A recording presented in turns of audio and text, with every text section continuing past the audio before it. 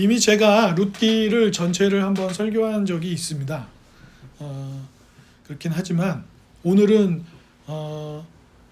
룻기 전체를 관통하고 있는 주제, 그리고 룻기와 다른 성경들을 연결해서 우리가 생각해 볼 수 있는 복음의 내용을 좀 살펴보려고 합니다. 보통 우리는 1등 혹은 또 크고 좋은 거, 깔끔한 디자인, 놀라운 성능, 쾌적한 공간, 이런 걸 좋아합니다. 그게 이미 우리가 이 자본주의라고 하는 것에 굉장히 익숙해졌다는 증거예요. 증거. 네.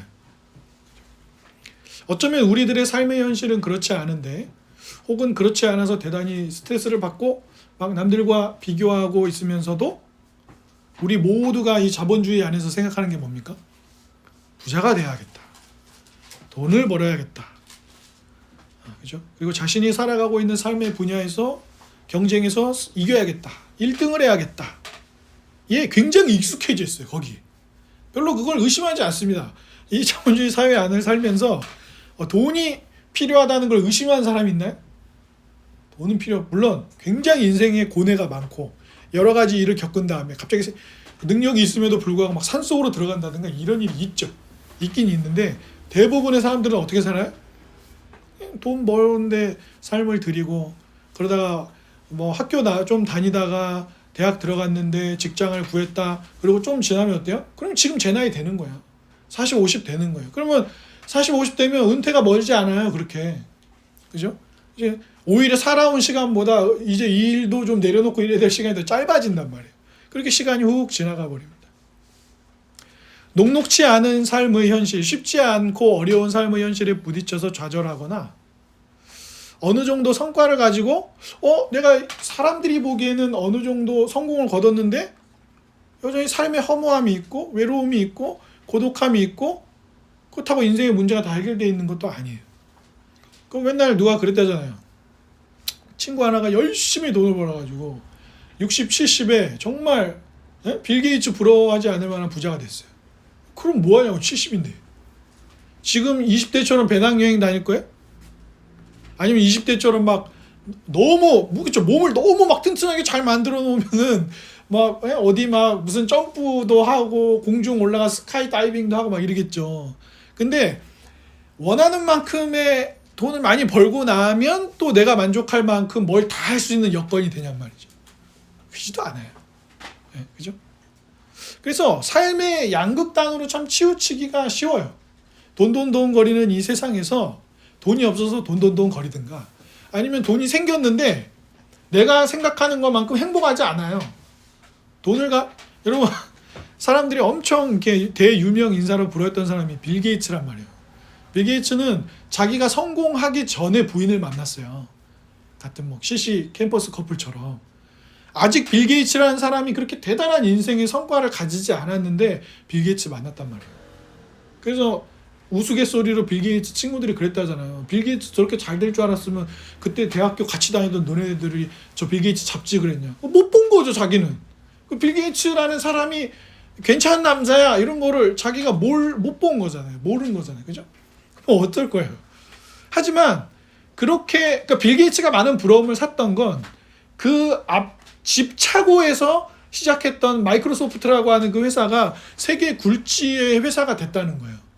그죠? 그리고 빌 게이츠는 자기 회사에서 그러고 나서 은퇴를 했어요. 그리고 빌 게이츠가 뭐 했죠? 재단을 만들었죠. 자기 재산으로. 그래가지고 엄청 좋은 일을 많이 했어요. 아프리카에 질병이 너무 많은 거예요. 전염병이 아프리카 쪽에. 그럼 뭐가 문제냐 봤더니 위생 때문에 전염병이 많이 퍼지는 거예요.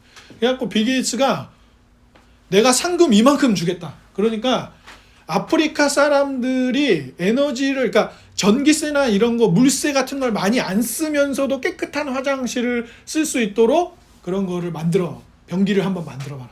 그래갖고 돈 엄청 상금 많이 주고 그거를 그냥 다 오픈해가지고 공모를 했어요.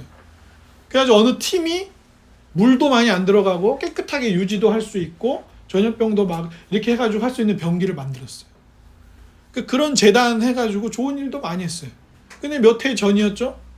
빌 게이츠는 이혼을 당했습니다. 예. 그러니까 보세요, 여러분. 모든 걸 얻을 수 없어요. 아주 위대한 부자들이나 우리 이순신 장군님만 해도 보세요. 전쟁 중에 어머니 돌아가셨죠? 아들도 죽어요. 굉장히 고달픈 삶이었어요. 그리고 이순신 장군님이 임진왜란이 끝나고 살아계셨으면 고초를 또 많이 겪으셨을 거예요.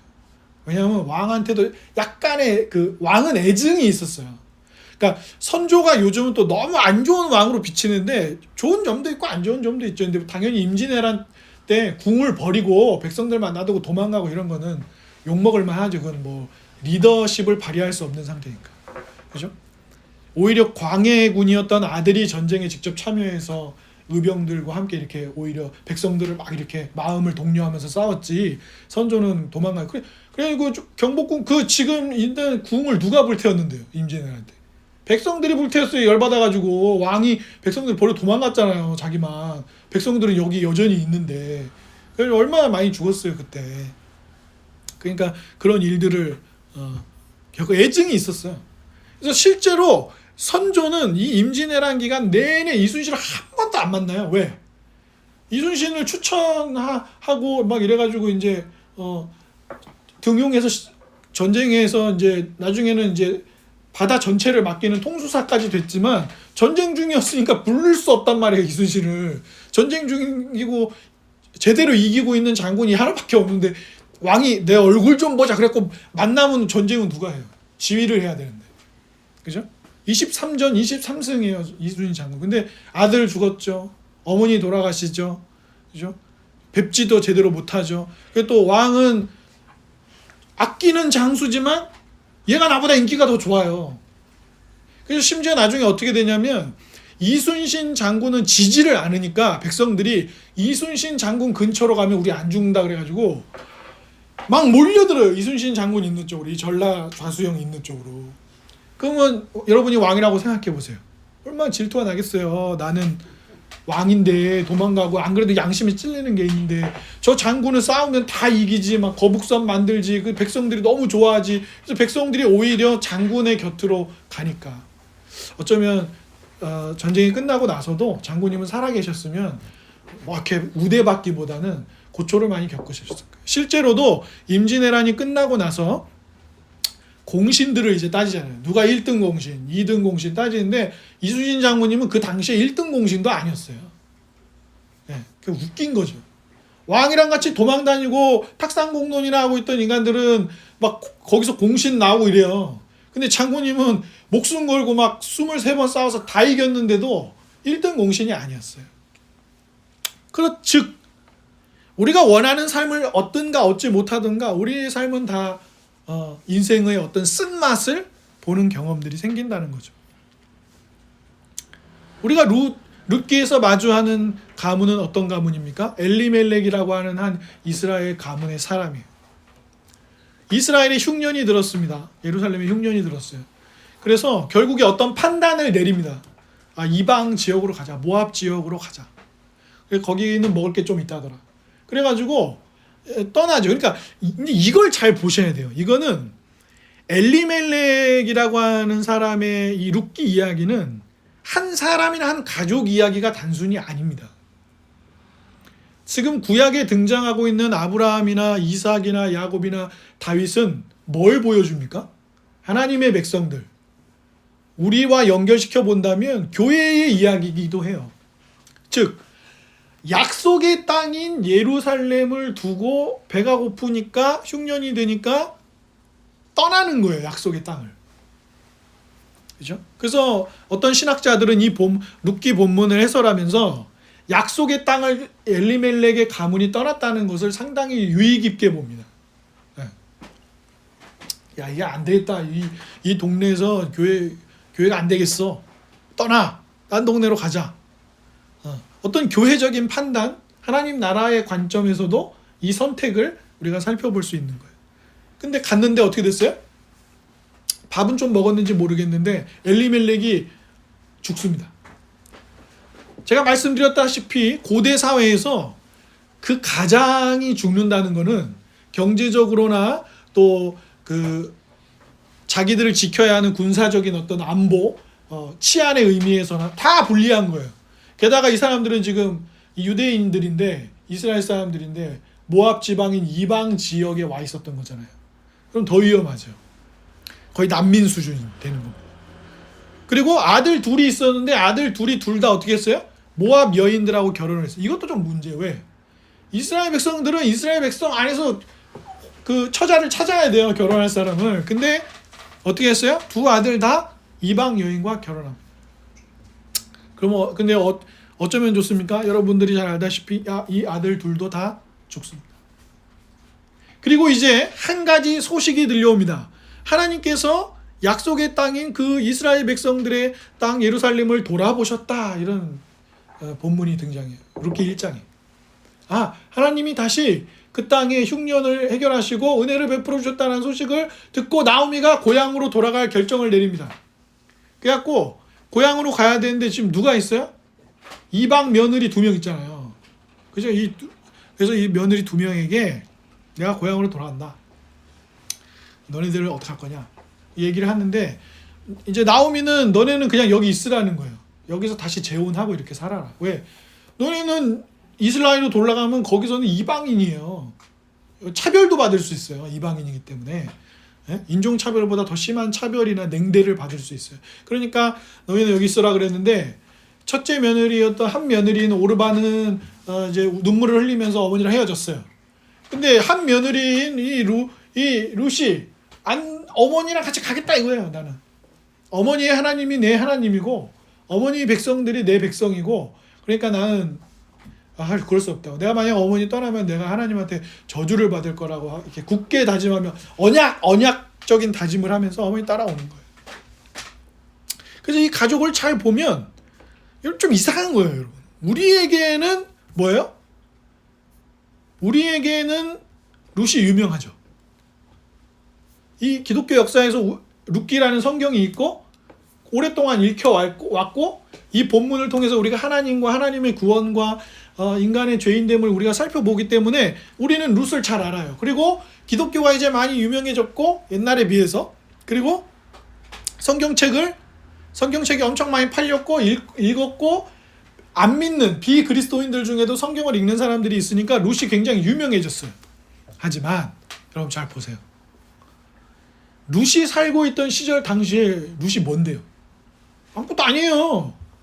그냥 남편이랑 외국에서 온 남편, 나는 모압 지역에 살고 있는데 이미 우리 땅에 들어온 어떤 이방인하고 우연히도 도대체 어떻게 결혼하게 됐는지 알 수는 없지만 결혼을 하게 됐는데 그 남편이 죽었어요.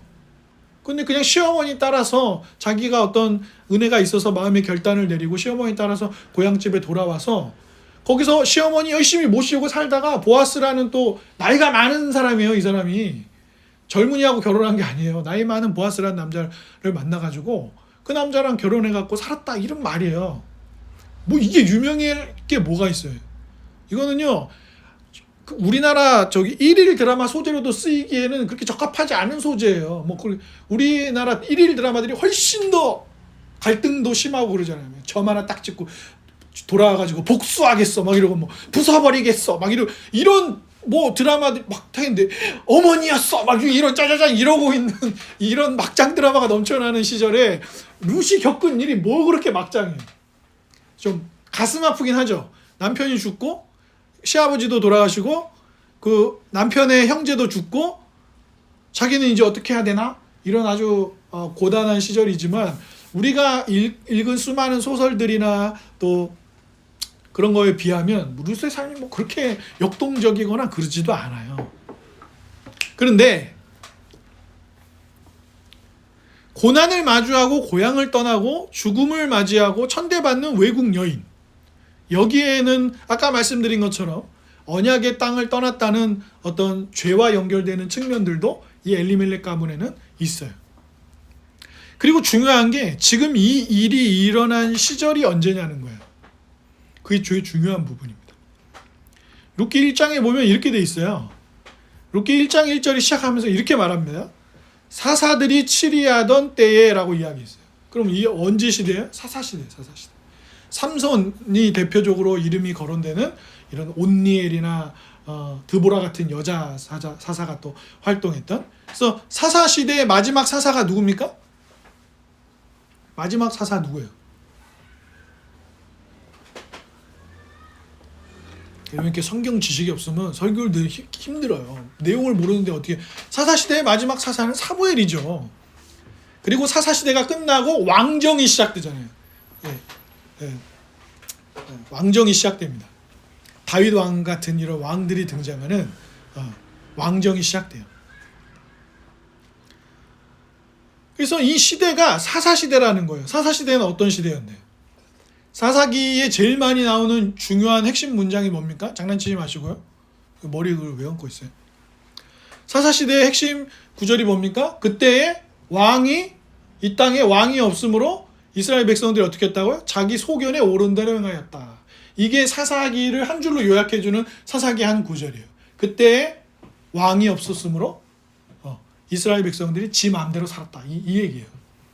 그러면 이스라엘에 왜 그때 왕이 없었으니까 그러면 나중에 다윗과 같은, 솔로몬과 같은 왕이 세워지면 되나? 이야기의 흐름은 그렇게 갈 수도 있지만 왜 왕이 없었어요?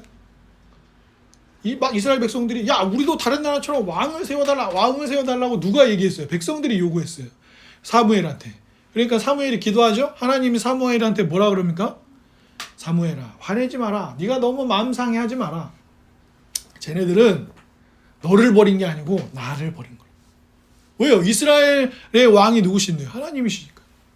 그러니까 사사기를 결정짓는 하나의 핵심은 뭡니까?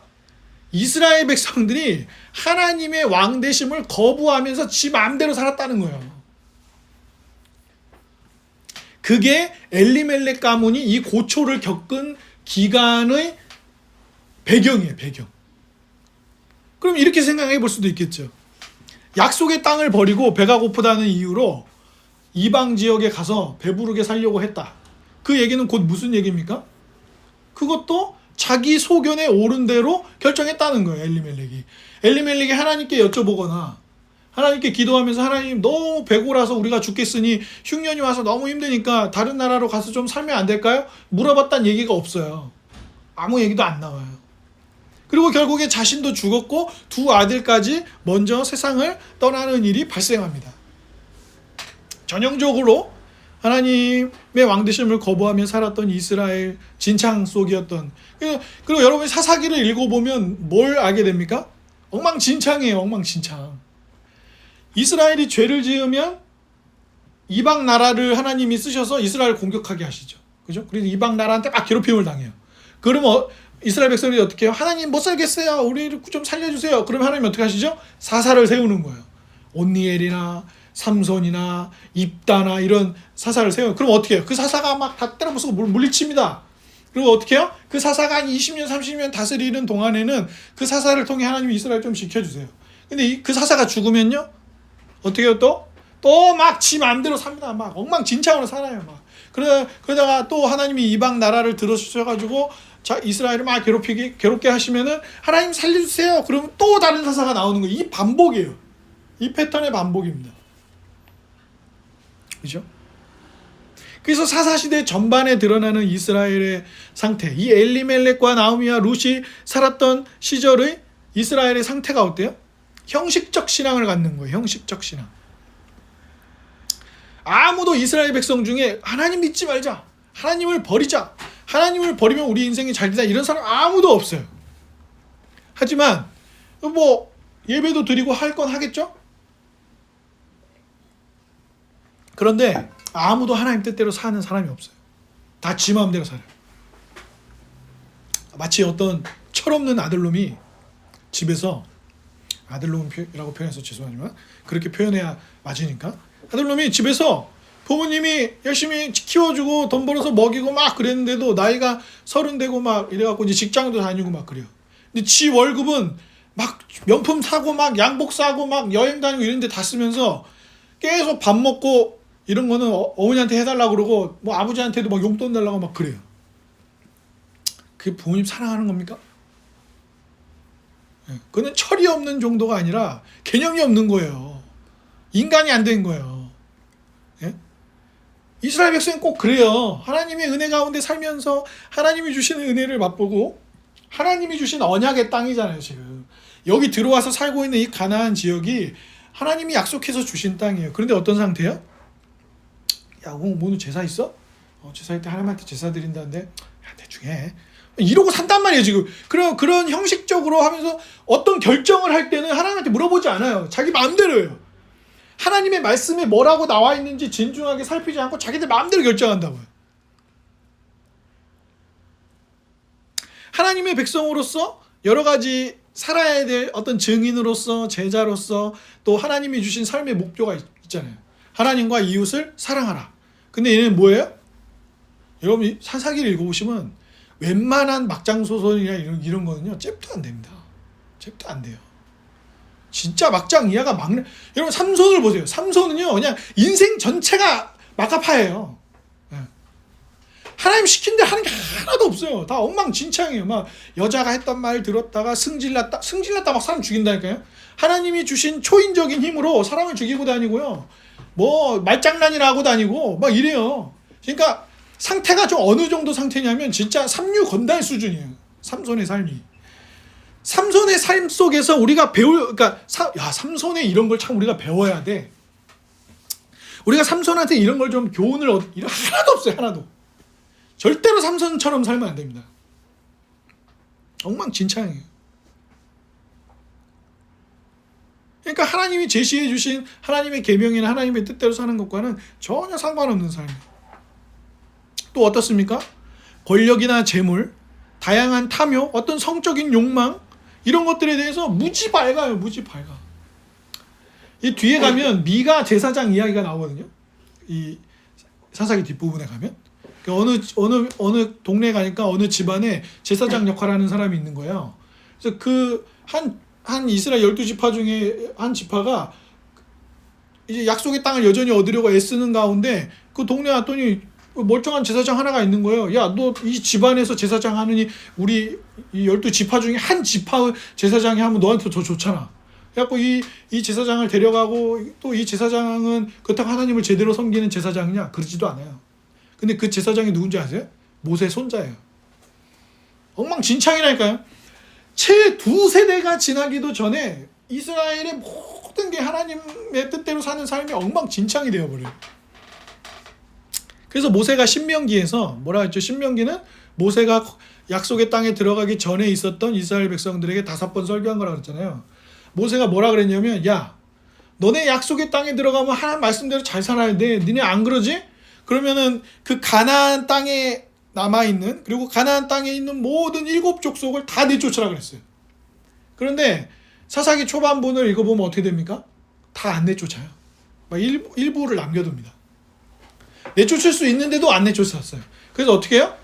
그 약속의 땅에 들어와 봤더니 우리랑 좀 다르게 사는 애들이 있는 거예요. 패션도 우리랑 다르고 신도 다른 신을 섬기고 막 그런데 괜히 매력 있어 보이는 거예요. 그래갖고 이스라엘 백성들이 다 그런 이상한 걸 받아들여요. 그래갖고 엉망이 돼요. 그 내용들이 사사기에 그대로 나옵니다. 이게 오늘 우리와 크게 다를까요? 우리도 예배하죠. 예배합니다. 우리도 예배하잖아요. 그리고 예배는 뭐라고 그랬습니까? 자기가 가장 사랑하는 게 예배하는 거예요. 그래서 사람은 여러분 그 프로그램을 보신 적이 있는지 뭐 유튜브에 있으니까 나중에 한번 보세요. 히든싱어라는 프로그램이 있었어요. JTBC에 전현무 씨가 진행하는. 그러니까 거기 보면 아주 노래를 독특하게 자기만의 색깔로 잘하는 유명한 가수들이 나오죠. 그리고 그 가수의 노래를 똑같이 모창을 하는 일반 평범한 사람들이 등장합니다. 그래가지고 가수랑 일반인들이랑 같이 똑같이 노래 불러가지고 제일 그 가수와 안 비슷한 사람을 한 명씩 떨어뜨리는 거예요. 그 나중에 심지어 그 프로그램에서 어떤 일이 있었어요? 가수가 떨어져요. 그 원래 오리지널 가수가. 여러분 생각해 보세요. 그 가수를 얼마나 좋아하고 그 가수의 노래를 얼마나 열심히 따라 불렀으면 그 가수조차 그 사람들이 노래를 들었을 때 이게 그 가수의 목소리야 라고 생각할 정도로 연습을 했겠어요. 얼마나. 그리고 그게 시키면 할 수 있는 겁니까? 아니에요. 정말 좋아해야 할 수 있는 거예요. 그 가수의 노래를 정말 좋아하고 나 정말 저렇게 노래를 부르고 싶어 해야 그 정도로 따라할 수 있는, 모창할 수 있는 사람이 되는 거죠. 그게 뭐예요? 그 예배예요. 예배는 우리를 그렇게 만듭니다. 여러분 돈 좋아하는 사람 얼굴 보세요. 달라요. 돈 냄새는요 기가 막히게 맞습니다. 기가 막히게.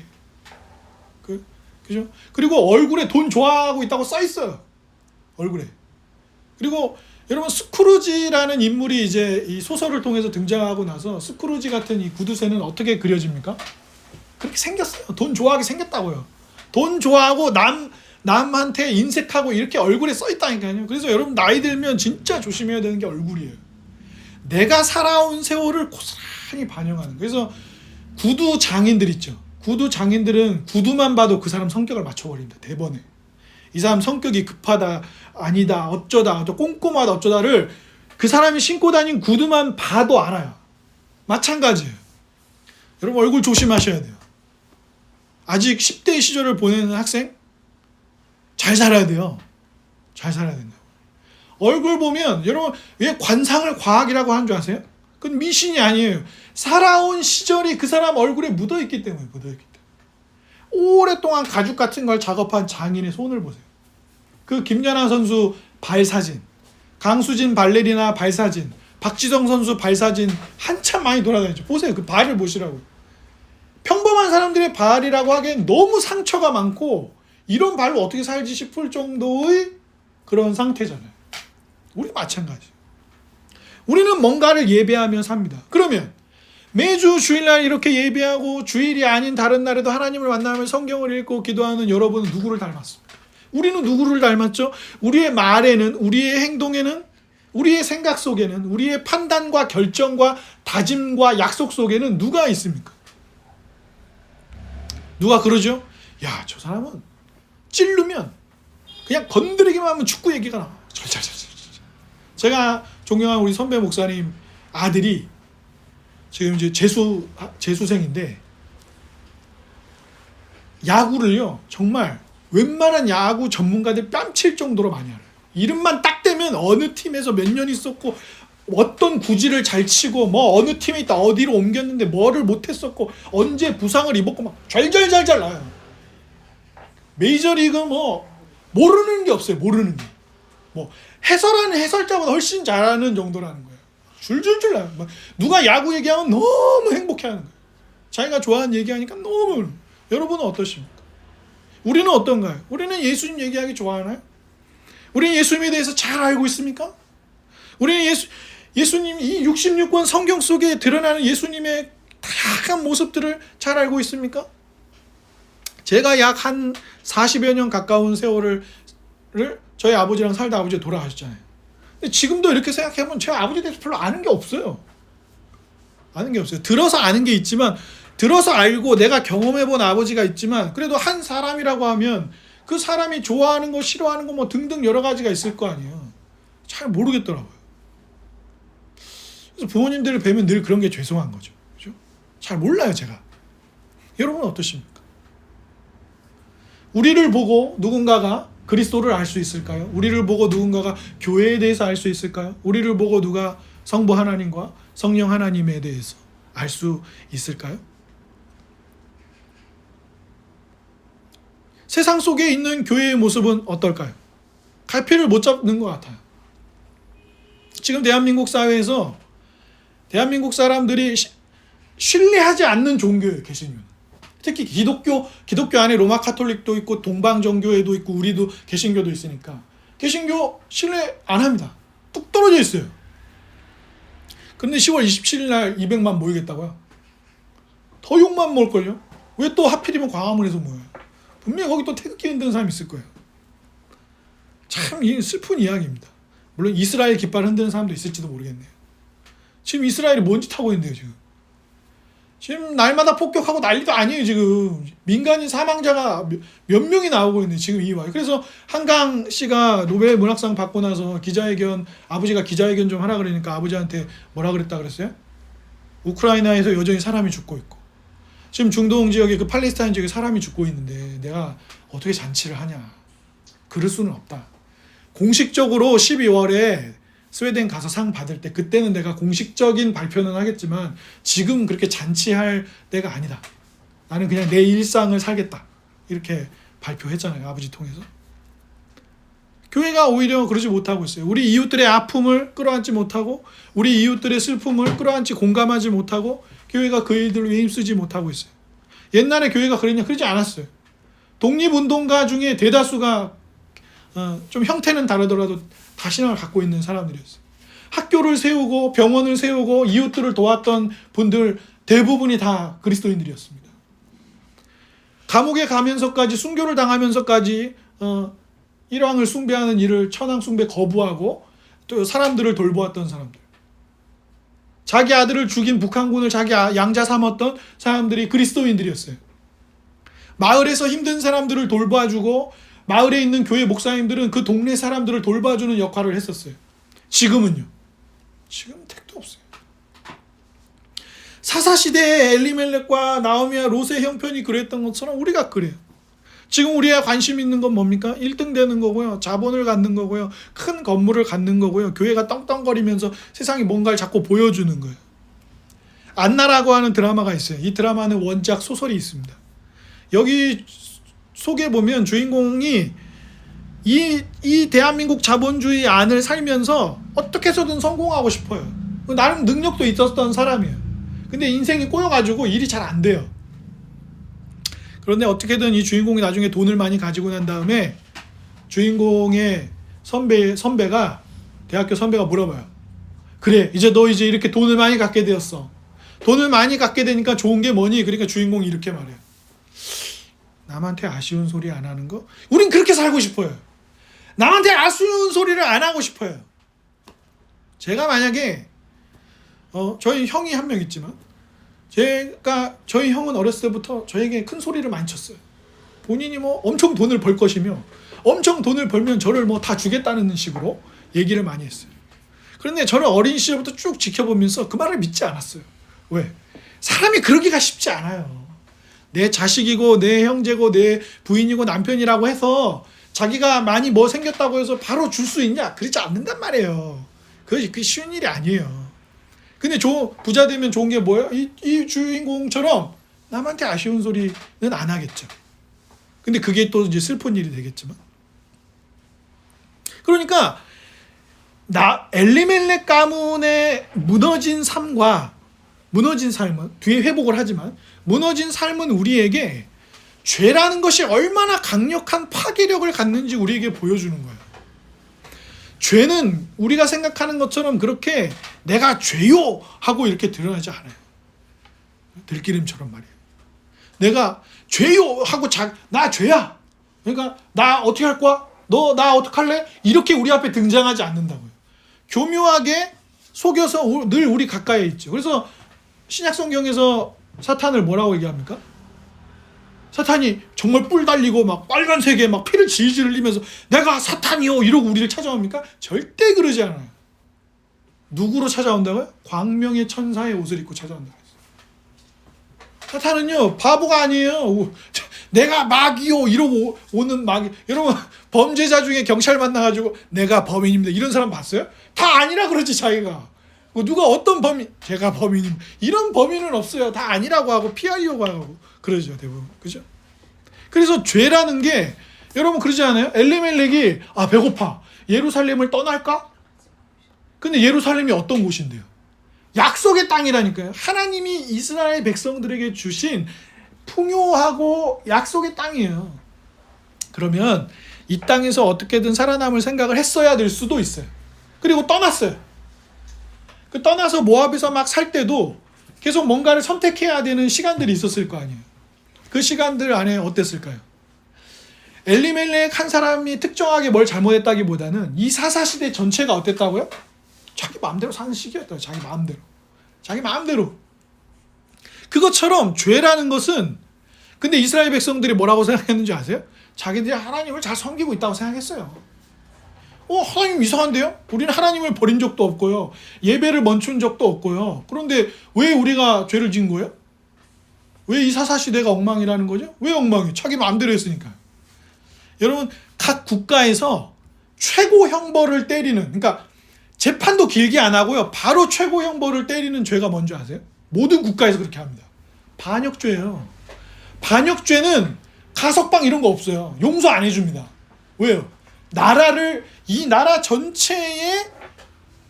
전체를 매국노처럼 팔아먹은 죄이기 때문에 반역죄는 어느 국가도 감옥에 오래 있었다고 이 사람 빼주고 그런 거 없어요. 최고형을 때리고요. 최고형을 즉시 실행합니다. 그래서 미국에서도 사형을 요즘 하지 않으니까 종신형 때리거나 막 절대 이 사람 나올 수 없게 가석방 없는 100년형 이런 거 때리는 거예요. 그럼 이 사람은 죽을 때까지 그냥 거기 있는 거예요. 왜? 가석방을 해주지 않는다는 조건을 달고 형벌을 내렸기 때문에. 그러니까 죄라는 것은 우리를 교묘하게 속여서, 그래서 하와가 그 뱀의 옷을 입었던 걔가 그러잖아요. 야, 정말 하나님이 동산 중앙에 있는 저 나무의 열매를 먹지도 말고 만지지도 말라고 그랬어? 보지도 말라고 그랬어요? 아니, 그런 말은 안 했어요. 하나님 먹지 말라 그랬죠. 만지지 말라거나 보지 말라거나 이런 말씀을 하신 적이 없어요. 근데 그런 교묘한 대화를 하다 보니까 하와가 뭐라는 거예요? 만지면 먹으면 죽을까? 그리고 하나님은 죽을까라고 얘기한 적 없어요. 먹으면 정령 죽으리라 이렇게 했어요. 근데 하와는 뭐라 그래요? 먹으면 죽을지도 몰라. 죽을지도 몰라. 이런 식으로 말이 계속 바뀌는 거예요. 그죠? 그래서 경찰들이 수사할 때, 범인을 막 수사하고 신문할 때 노리는 게 뭡니까? 진술이 일관되지 않은 걸 찾아내는 거예요. 아까는 이렇게 말했다가, 그 다음엔 이렇게 말했다가, 거기 슈퍼에서 봤는데요. 아니에요, 다른 데서 봤는데요. 계속 말이 바뀌면 뭐예요? 얘가 거짓말하고 있구나. 그래서 그걸 집중 공략하는 거죠. 우리가 그런 거예요. 죄가 우리를 그렇게 기만해요. 우리를 속입니다. 즉 무슨 이야기입니까? 하나님이 이 세상을 만드시고 아담과 하와를 통해 이 만물을 다스리고, 하나님이 아담과 하와하고 교제하면서 아주 기쁘게 지냈어요. 아담과 하와도 에덴 동산에서 하나님과 함께 거닐고 그분과 이야기 나누고 그분이 주신 열매들을 먹고 동물과 식물들을 다스리는 것을 너무 좋아했어요. 그래서 아담이 노래를 불렀잖아요. 뭐라고 불렀어요? 하와를 뭐라고 그랬어요? 하와의 이름을 누가 지어줬어요? 아담이 지었잖아요. 여자라고. 그리고 뭐라고 했어요? 내 뼈 중에 뼈요, 살 중에 살이로다. 그 노래를 부른 거 아니에요. 이 세상에 하나밖에 둘도 없는 내. 근데 안 좋으면 어떻게 되는 거예요? 하나님이 주신 저 여자가 이렇게 되는 거죠. 죄를 범하고 나서 타락합니다. 우리의 삶이 그렇단 말이에요. 교묘한 죄로 인해서 언약을 깨고 언약을 어기고 약속의 땅을 떠나는 방식의 삶 속에는 뭐가 드러나는 거예요? 지 마음대로 사는 사람이 있는 거예요. 그리고 자기 마음대로 사는 삶의 결과들을 어떻게 처절하게 경험하는 거죠. 그래서 나오미가 동네에 돌아왔어요. 사람들이 나오미가 돌아왔대. 옛날에 그 모압으로 갔던 그 엘리멜렉 부인 말이야. 이 며느리 하나 데려왔다는데? 아들들 다 죽었대. 남편도 죽었대. 여러분, 그 옛날에 그 동네 우물가에서 그 동네 아줌마들이 얼마나 입하고 하는 걸 좋아해요. 그 김신의 아들 그 나무 아래서 말이야, 저기 최신의 딸 만나고 있던데, 이 만났다는 말 한마디가 동네 딱 돌고 나면 어떻게 되는 줄 아세요? 애를 가졌대. 이렇게 되는 거예요. 여러분, 나오미가 어땠겠어요? 막 동네 사람들이 입학으로 거봐네. 우리 동네 떠날 때부터 내가 알아봤어. 하나님이 주신 약속의 땅을 떠나갖고 말이야, 모압 가가지고 말이야, 한번 잘 살아보겠다고 할 때 내가 그때부터 알아봤다니까. 사람들이 얼마나 수근수근 됐겠어요. 그래, 오죽하면 나오미가 뭐라 그래요? 이제 나 나오미라고 하지 마라. 예? 그 뭐라 그래요? 자기를 뭐라고 불러다? 텅 빈 사람이라고 불러다. 텅 비었다고, 삶이. 이제 하나님이 나를 치셔서 내 삶이 텅 비어버렸다. 그렇게 얘기해요. 그러니까 자기의 고통스러움을 그렇게 고백하는 거죠. 옛날에 미혼모는요, 동네에서 살 수가 없었어요. 어디에 누구 자식인지도 모르는 애를 키우냐면서 집에서도 막 쫓아내버리고 막 이랬다고요. 그죠? 그것과 똑같진 않더라도 나오미의 삶이 그렇게 텅 빈 상태로 돌아왔어요. 이방 며느리 한 명 데리고. 그 나오미 누가 먹여 살려요? 룻이 먹여 살리는 거예요. 어떻게 해서요? 유대 법에는 뭐가 있어요? 추수 때가 되면 추수를 다 하지 말라 그랬죠? 남겨두라 그랬어요. 왜요? 고아와 과부 나그네들이 굶지 않도록 하나님이 일부 남겨두라 그랬어요. 그리고 그래서 롯이 나가서 뭐예요? 어머니 우리 이렇게 돌아오긴 돌아왔는데 아무것도 못하니까 어떻게 해요? 외국인 며느리가 시어머니 위해서 그 거친 남자들이 일하는 일터에 나가가지고 무슨 일 당할지도 모르는데 험한 일 당할 수도 있는데 가서 그 사람들이 이렇게 나락 베는 거 조금씩 떨어지면 그 주우러 다니는 거예요. 하루 종일 줍는 거, 하루 종일 주워가지고 그거 조금 자기도 배 곪으면서 가져가고 어머니랑 이제 그거 먹고 사는 거죠.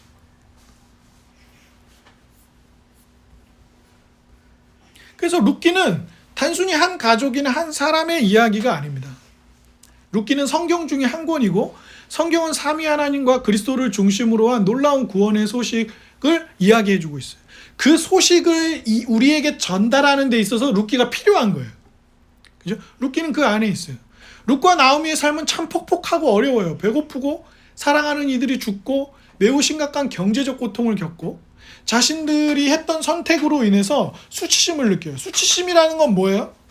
부끄러운 일을 행해서 누구한테 보여주고 싶지 않은데 그걸 들키면 거기서 수치심을 느끼는 거예요.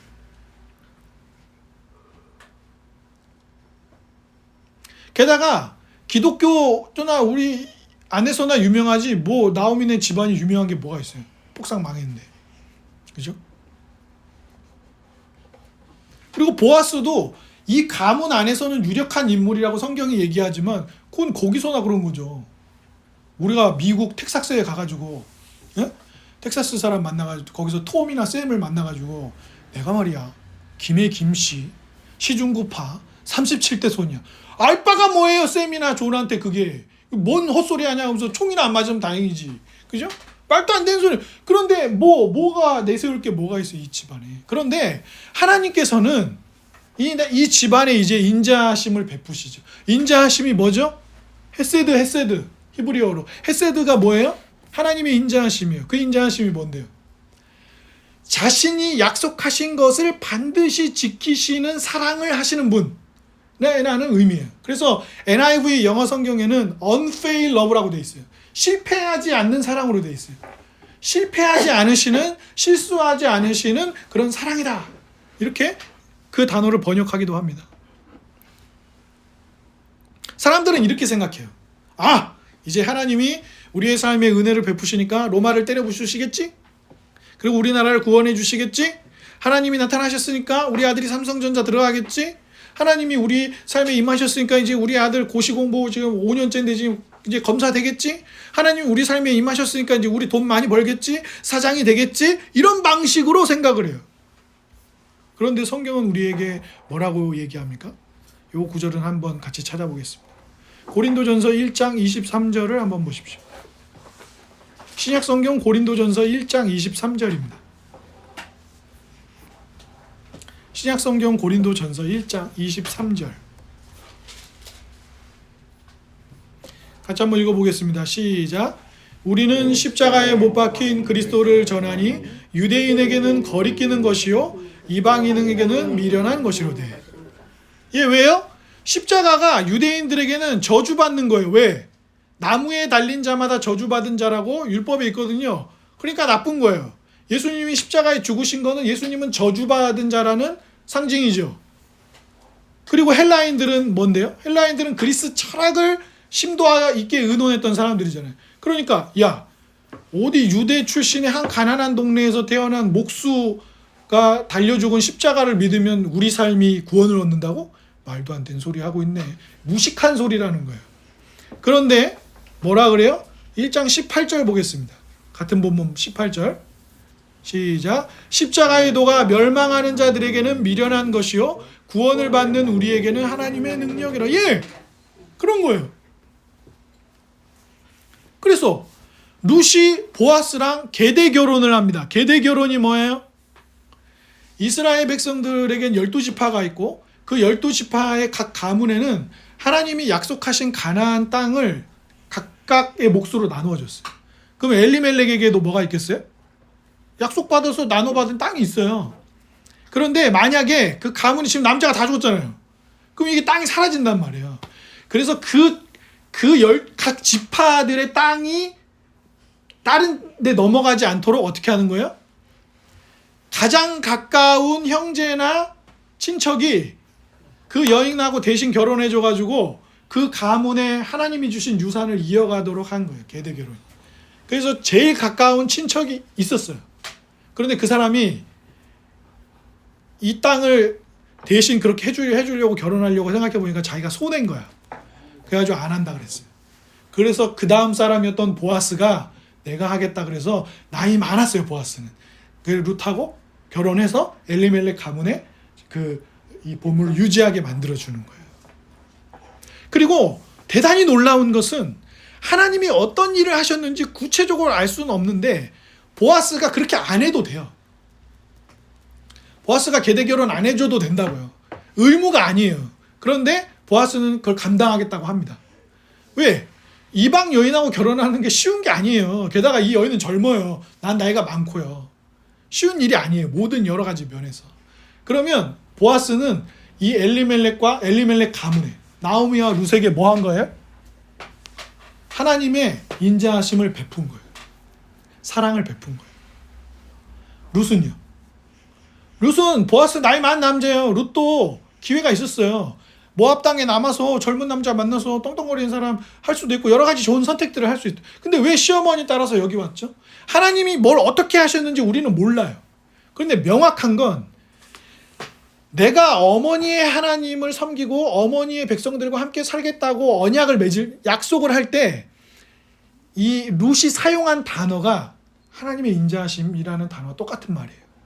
즉 룻은 그냥 말로만 그냥 내가 어머니 좋아가지고 어머니랑 같이 살 거예요 이런 말을 한 게 아니라 하나님이 룻에게 어떻게 일을 하셔서 룻이 하나님의 인자하심을 경험한 거예요.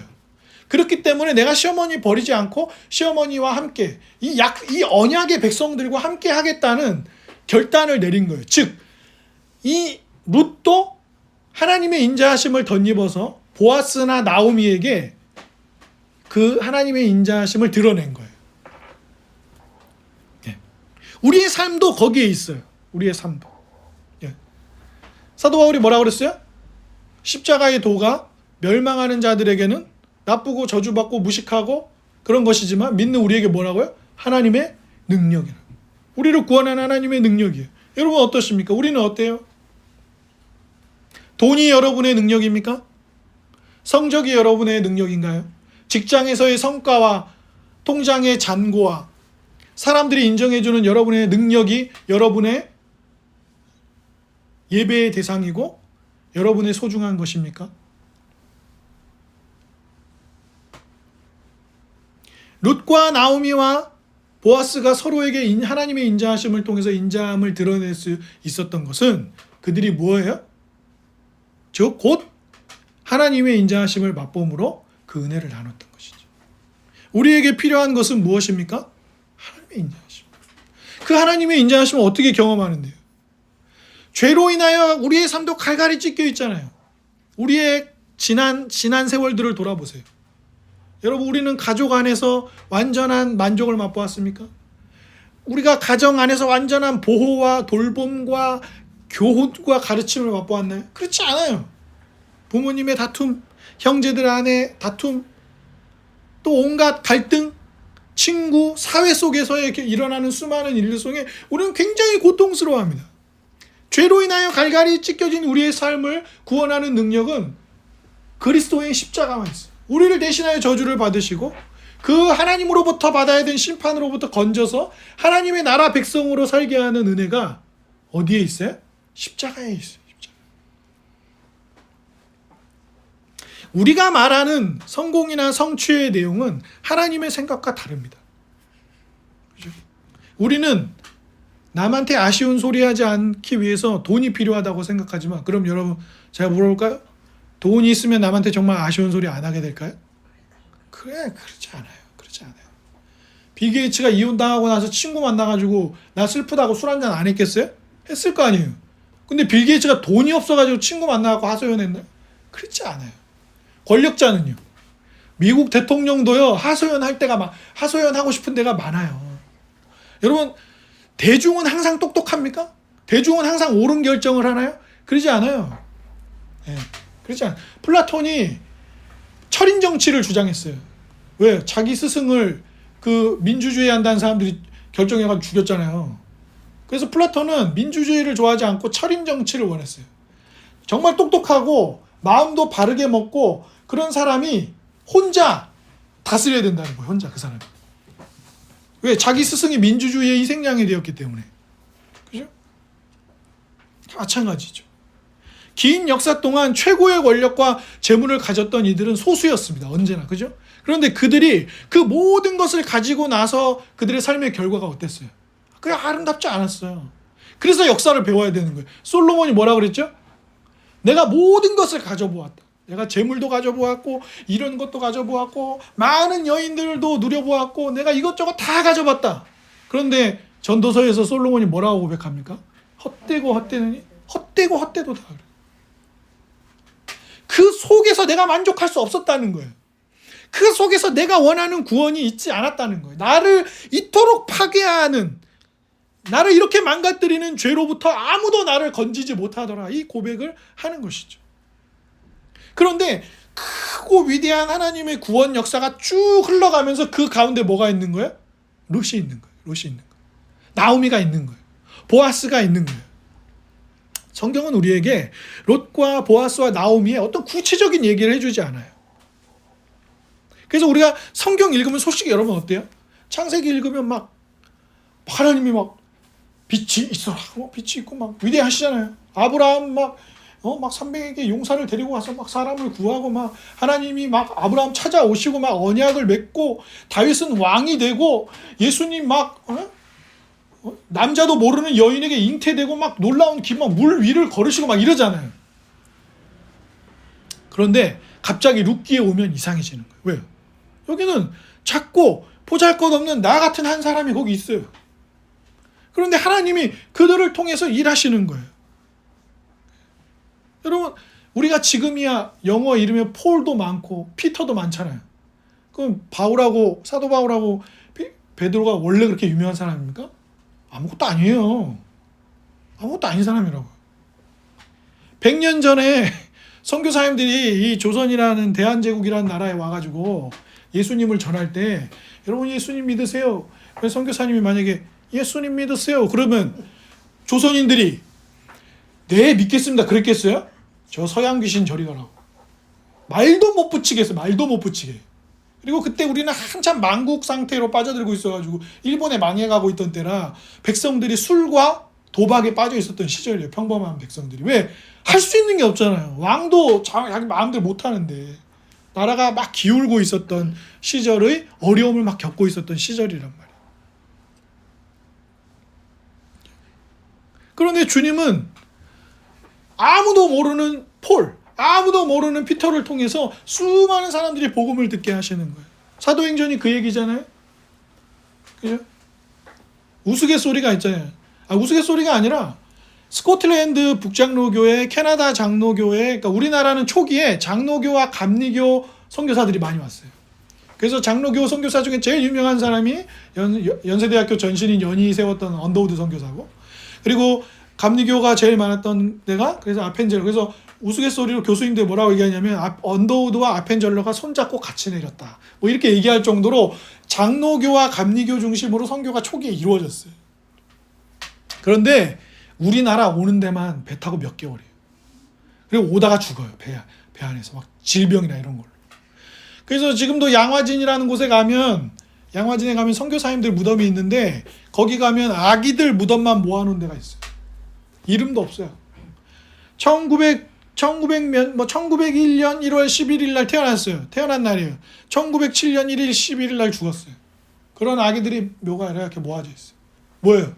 조선이라는 나라에 복음 전하러 선교사님들이 왔다가 아기가 태어났는데 풍토병이나 이런 거 걸려갖고 바로 죽어버리는 거예요.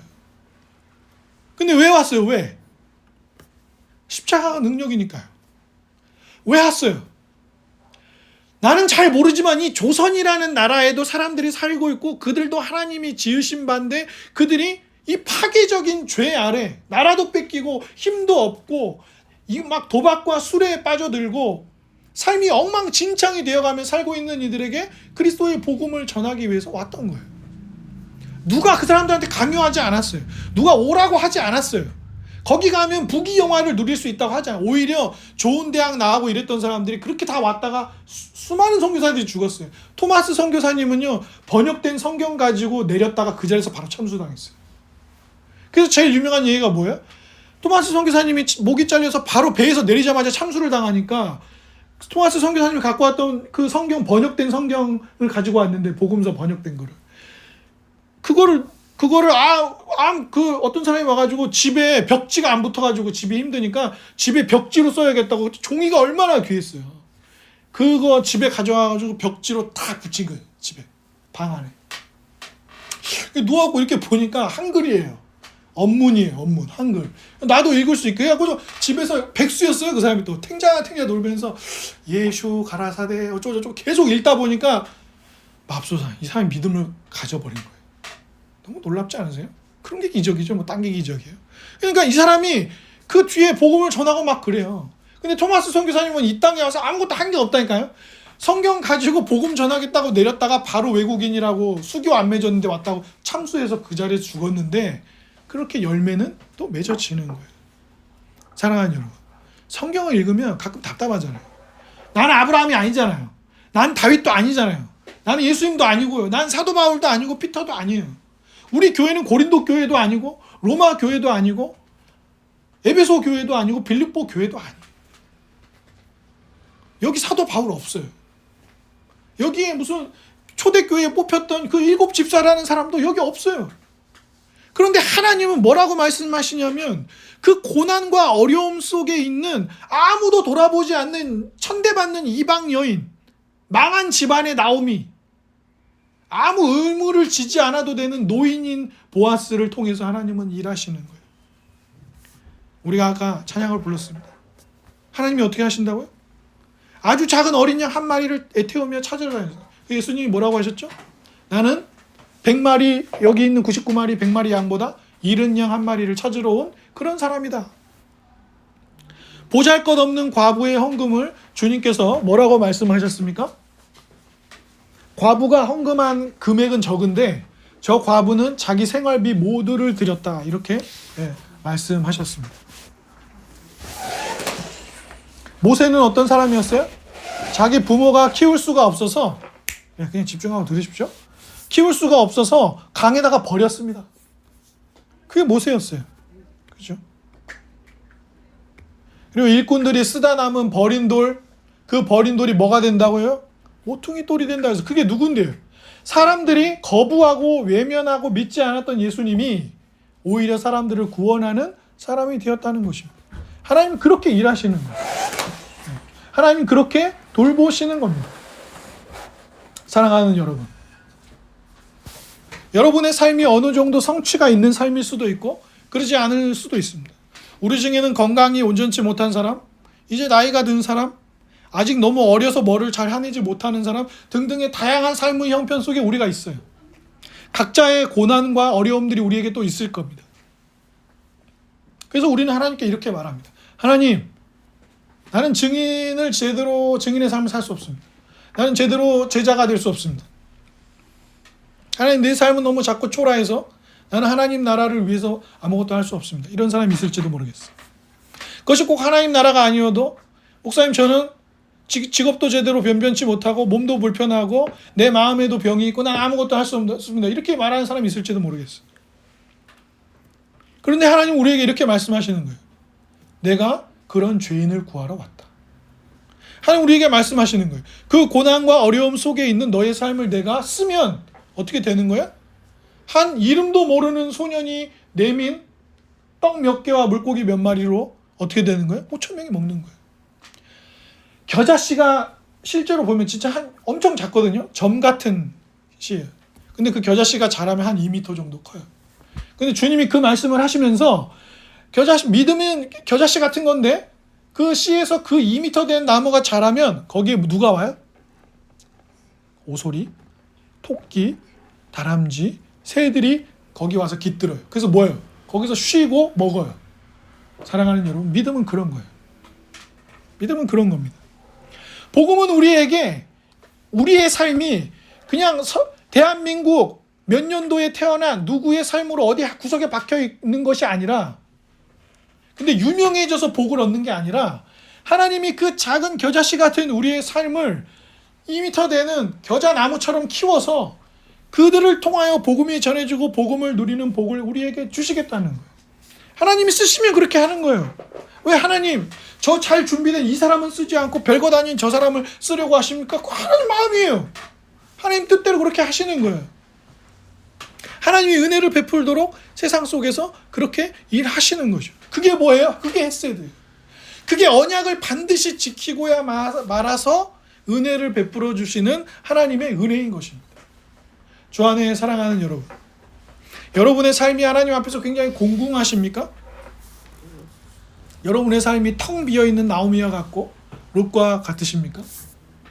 그러나 여러분이 십자가가 저주받은 것이요 무식한 것이 아니라 십자가의 구원이 여러분에게 능력이라면 하나님이 여러분을 통하여서 복음의 은혜를 세상에 흘려 보내실 것입니다. 혹시 여러분 중에 나는 어느 정도 세상에서 성과도 가졌고 내 삶이 괜찮다 하시는 분 계십니까? 그러나 주님은 여러분에게 그렇게 말씀하십니다. 죄는 그렇게 간단하지 않다고 말입니다. 죄는 우리의 삶에 교묘히 파고 들어와서 우리의 삶을 반드시 망치고 반드시 파괴하고 마는 것이 죄예요. 그 죄로부터 벗어날 구원의 수단이 우리에게 있습니까? 없습니다. 없어요. 그토록 1년의 지구에서 생산되는 음식으로 온 지구인이 1년 동안 2번은 더 먹을 수 있는 분량이라는데 왜 누구는 굶어서 죽냐 이거예요. 왜 우리는 탐욕 가운데 살고 왜 우리는 누군가를 위해 나누지 못하냐 이거예요. 그죠?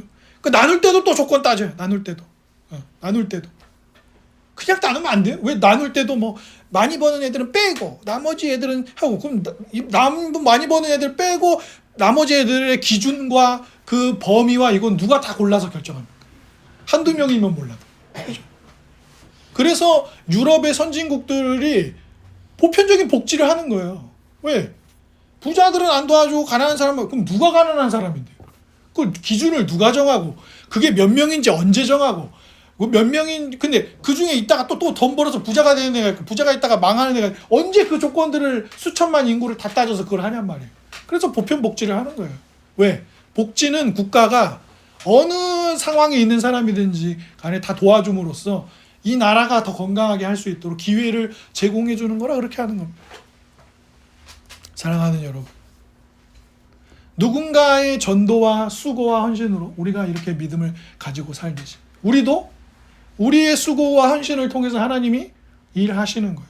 우리가 해야 할 일은 우리가 할 수 없는 일에 집중하는 것이 아니라 하나님이 지금 우리 삶에 여러분 롯이 이 예루살렘 동네 와가지고 예루살렘 동네 여러분 제가 모압에서 온 여인입니다. 제가 오늘부터 이 동네의 어떤 이장, 면장, 군수, 시장의 역할을 한번 해보도록 하겠습니다. 저 좀 밀어주세요. 롯이 그랬어요?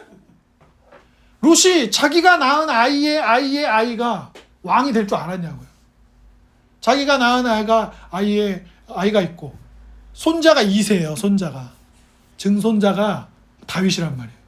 내가 이방 여인이라 첫대받고 막 이스라엘에서 뭐 했어요? 와가지고 고작 한 건 남의 밭에 가가지고 이삭 줍는 거예요. 뭐 할 수 없는 일을 한 게 아니란 말이에요. 하나님이 롯한테 내가 너에게 은혜를 베풀어 주었으니 왕이 되도록 왕의 할머니가 되도록 하라. 하나님이 시키지 않았어요. 보아스에게도 그럴 의무가 없었고 나오미도 마찬가지. 자기의 삶이 텅 빈 삶이라 그랬는데 아까 4장 마지막에 나오미가 뭐라 그래요? 나오미가 뭐라 그랬습니까? 네? 4장 마지막에 보세요 여러분. 룻기 4장 마지막에 나오미가 뭐라고 고백합니까? 제가 읽어드릴게요. 4장 끝부분에 나오미가 이렇게 말하는 거예요. 여인들이 나오미에게 이르되 찬송할지로다. 찬송합시다. 뭐요? 여호와께서 오늘 너에게 기억 물을 자가 없게 하지 아니하셨도다. 이 아이의 이름이 이스라엘 중에 유명하게 되기를 원하노라. 이는 너의 생명의 회복자이고 너의 노년의 봉양자라. 곧 너를 사랑하며 뭐보다 낫다고요? 7 아들보다 귀한 너의 며느리가 낳은 자라다. 그러면서 이 아이를 누가 키워요? 이 아기를 나오미가 키워요. 나오미가 키운다고. 내 삶이 텅 비었다고 말하던 그 나오미가 키워요. 그리고 나오미가 어떻게 해요? 이름을 뭐라고 지었어요? 오벳이라고 지었어요. 그 오벳이 누군데요? 다윗의 할아버지예요. 다윗의 할아버지. 그렇게 하나님은 은혜를, 그리고 다윗이 상징하는 가장 강력한 상징이 뭐예요? 다윗과 같은 왕이신 메시아가 온다는 거거든요. 다윗의 존재 이유는, 다윗이란 한 사람도 의미가 있지만 구약 성경에 다윗이 등장하는 건 다윗보다 훨씬 더 나은, 훨씬 더 아름답고 멋진 왕이 와서 너희들을 구할 거야. 죄로부터. 다윗이 이스라엘 백성들을 죄로부터 구했어요? 자기가 죄를 지었죠. 자기도 어쩔 수 없는 죄인이라는 사실을 확인했어요. 근데 하나님은 상징적으로 구약의 다윗보다 더 나은 왕이 와서 너희 온 인류를 구원할 거야 라고 했는데, 그분이 누구예요? 예수 그리스도예요. 즉 나오미 가정의 텅 빈 삶을 통해서 하나님이 증거하시는 것은 온전한 메시아가 와서 우리를 정말 텅 빈 삶으로부터, 죄로 인해 파괴된 삶으로부터 우리를 구원할 거라는 완벽한 제자와 증인으로서 룻을 등장시키는 거예요. 이렇게. 근데 그 룻이 누구라고요? 우리랑 똑같은 사람이에요. 우리랑 똑같아요. 제가 뭔 위대한 일을, 제가 다음 주에 가서 리빙처치에 가서 설교하면서 막 리빙처치 사람들이 막 다 눈물을 흘리면서 막 위대한 설교자가 오셨어요 막 이러겠어요? 그냥 오늘도 누가 한 명 왔다 가나 보다 이러겠죠. 그러나 하나님은 그 과정에서도 어떤 한 터를 쓰신다고요. 예전에 제가 존경하는 목사님이 그러셨어요. 이 애기 엄마들이 이 잠옷실에서 애기들 데리고 예배 들으면 설교를 못 들어요. 기저귀 갈아줘야지, 먹여야지, 뭐 애기들 울지 막 떠들지 막, 조금 큰 애들은 돌아다니지 막. 그 잠옷실은요 전쟁터예요. 목사님 설교 스피커로 틀어놔고 저 앞에 유리 밖에 목사님 보여도 설교 안 들어온단 말이에요. 그런데 참 이상한 거예요. 그 예배 시간에 목사님이 핵심으로 한 얘기도 아니야. 그 설교 핵심도 아니라고요. 그냥 지나가면서 한 말이 그 애기 엄마한테 들리는 거예요. 근데 애기 엄마들은 그 한마디 듣고 예배실에서 우는 거예요. 하나님은 그렇게 은혜를 베푸시는 거예요. 룻의 삶이 그렇고 나오미의 가정의 삶이 그렇고 우리가 그런 것입니다. 어쩌면 우리는 그렇게 말할지도 모르겠어요. 목사님, 우리가 거의 10년 동안 이 함께 지어져가는 교회를 달려왔습니다. 우리에게 많은 사람이 몰려온 것도 아니고 우리가 어떤 큰 일을 이룬 것도 아닌데 우리는 지금까지 뭘 한 걸까요? 우리가 할 수 있는 일을 해온 거죠. 그리고 하나님은 그 일을 통해서 하나님의 일을 하실 거예요. 어떻게 해요? 먼저는 우리가 그 인자하심을 깊이 맛보고 그 인자하심을 누군가에게 흘려 보내는 거죠. 감사하게 생각하세요. 감사하게 생각하시라고. 제가 술을 먹고 집에 와서 했던 얘기를 또 하고 아버지 자고 싶어요. 들어! 막 이러면서 했던 얘기를 또 하고 막 장롱을 때려부수고 압력밥솥을 집어던지고 막 그런 적이 있습니까? 근데 저는 어렸을 때 그걸 경험했거든요. 감사하게 생각하시라고. 그죠? 예수님 믿어서 어떤 안 좋은 가정의 어떤 그런 슬픈 이야기가 좀 흘러가지 않게 되었잖아요. 물론 뭐 제가 완벽한 아버지라는 얘기는 절대 아닙니다. 저도 허물이 많고 부족하죠. 우리 오공쟁도 마찬가지고 여기 계신 분들 다 마찬가지. 우리가 그리스도를 믿어서 단순히 뭐 돈 벌었다, 뭐 나쁜 짓을 하는 이런 의미가 아니라 주님의 은혜를 맛보았기 때문에 사는 삶의 내용들이 있어요. 그것 때문에 누군가는 어때요? 주님의 인자하심을 흘려 맛보는 겁니다. 그리고 거기서의 정점은 무엇이에요? 우리가 그 사람들에게 그리스도를 보여주고 그리스도를 보여주는 증인이 되고 그리스도를 흘려 보내는 삶을 사는 겁니다. 만약에 누군가가 호건 형제한테 아니 왜 부장님 왜 나한테 이렇게 자꾸 대해 주십니까? 내가 잘하지도 못하는데 주님이 나한테 하신 거에 비하면 내가 당신에게 이렇게 도와줬다 하는 것은 별거 아닙니다 라고 했을 때 그 사람이 당연히 예수님이 궁금하지 않겠어요? 도대체 그 예수님이 누구길래 이 사람이 나한테 그렇게 했는가? 그건 당연히 궁금할 수밖에 없을 거예요. 그리고 그리스도에 대해서 듣고 싶겠죠. 우리가 또 전할 의무가 있겠죠. 그 일들을 우리가 감당하는 것입니다. 사랑하는 여러분, 우리는 나옴이고 우리는 룻입니다.